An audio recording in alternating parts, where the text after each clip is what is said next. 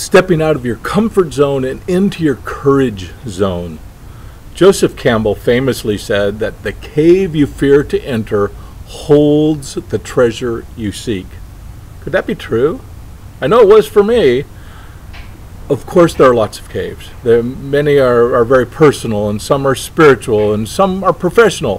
One of my caves, one of my professional caves, was the fear of public speaking. And the treasure, well, that was more than $1 million in income, but it was also much, much more than that. I'll tell you about the true treasure, the real treasure, in a few minutes. But first, imagine this. Me in 1977.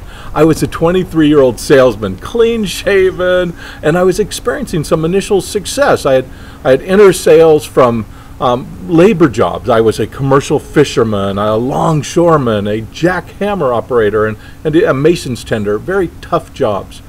I was several months into this new job, and I recognized that public speaking would allow me to really dramatically further my career. Very reluctantly, I joined Toastmasters, which is an organization, if you're not familiar with it, that's designed to help people develop their skills and their confidence in public speaking. After my first session, my first meeting, I let more than a year pass before I could muster up enough courage to attend another meeting. That's how terrified I was. And after the second meeting, I just quit. I was done. Now, have you ever had anything that you were so afraid of doing that you just absolutely wouldn't do it, even though you were certain, absolutely certain, that it would be good for you? That could be the cave that holds the treasure for you. Fast forward now to 1988. I'm a marketing consultant to Tony Robbins. Tony, the motivational speaker, he invites me to attend one of his seminars. I have VIP seating, third row, center, and at some point, and for a reason that only became clear many, many years later, anyway, I put up my hand in response to a question that Tony had asked. And I'll tell you, to this day, right now, to this day, I have no idea what came out of my mouth. When I stood up and I was handed a microphone and I realized that I was about to speak to Tony Robbins in front of about 1,200 people, I just went numb. Words came out of my mouth, but I was in such terror, I didn't know what I said at the time. And I still don't know to this very day. It was insane. The week after that experience, I joined Toastmasters again. This time, I was absolutely 100% committed. And within 18 months, I was speaking publicly regularly, often to crowds of 50 to 100 people. And in the following years, of course, I went on to become a professional speaker. I've now spoken before thousands of groups, and my audiences were often in the hundreds, many hundreds, or even occasionally in the thousands. And I was actually even on a television programs where I was talking to millions of people, and I have loved every minute of it. Entering that cave called the fear of public speaking allowed me to find a true treasure, a treasure that has now been with me for decades. Now fast forward again, this time to last week, week 2, August 2014.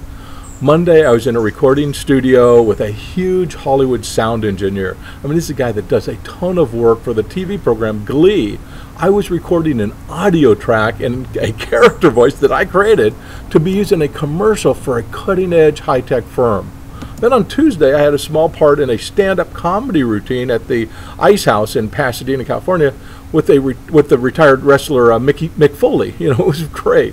Wednesday, I went to a rehearsal with the choreography for the commercial I was going to shoot on Thursday. And Thursday, I spent 12 and a half hours on set as the lead actor in a major commercial production.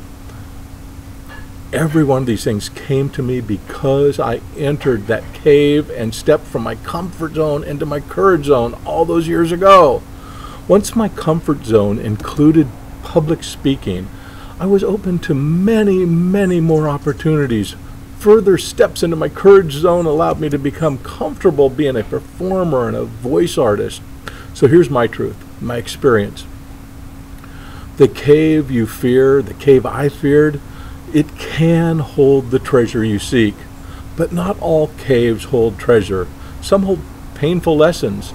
But in my experience, those lessons can also pave the way to the treasure you seek. So what is the greatest treasure that I've personally gained from entering this cave? For me, the fear of public speaking. It hasn't been the money, even though the public speaking has earned me a lot of money. The true treasure is the contentment, the fulfillment, and the sense of contribution I feel when knowing that I've reached millions of people with information and entertainment that has enhanced their lives. That I love that. In fact, I was a bit awestruck to think that this adult version of that scared young man is now doing things that he never, ever, ever would have even imagined doing, never even dreamed possible. And today I'm doing it with sheer and absolute gratitude. I'm loving what I'm doing. That is the true treasure that I have found in that cave. And it's the treasure that I've carried with me now, like I say, for decades. And the reality is, I'm entering new caves in my life all the time, challenging myself with new ventures into my courage zone. The choreography rehearsal the other day was certainly one of those. What's your cave?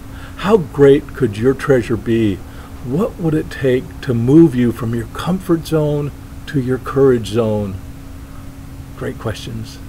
Good luck with it all. Hope to talk with you in person soon.